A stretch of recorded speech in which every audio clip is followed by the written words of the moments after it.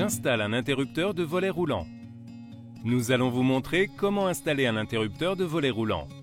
Pour réaliser cette installation, munissez-vous d'un interrupteur de volet roulant, d'une boîte à encastrer d'une profondeur de 40 mm, d'une pince coupante, d'une pince à dénuder et d'un tournevis plat.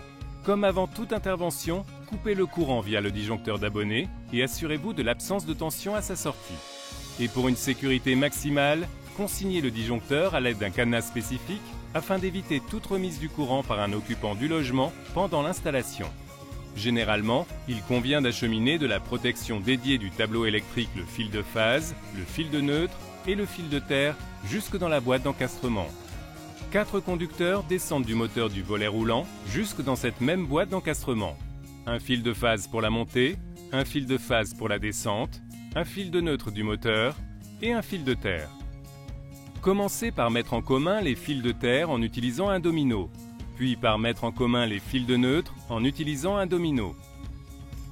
Ensuite, mettez le fil de phase dans la borne repérée L de l'interrupteur. Branchez respectivement les fils de montée et de descente dans les bornes correspondantes. Vérifiez que l'interrupteur est dans le bon sens et fixez-le sur la boîte d'encastrement. Clippez la plaque de finition. Déconsignez et remettez le courant au disjoncteur général. Vérifiez les actions de montée et de descente et même de l'arrêt.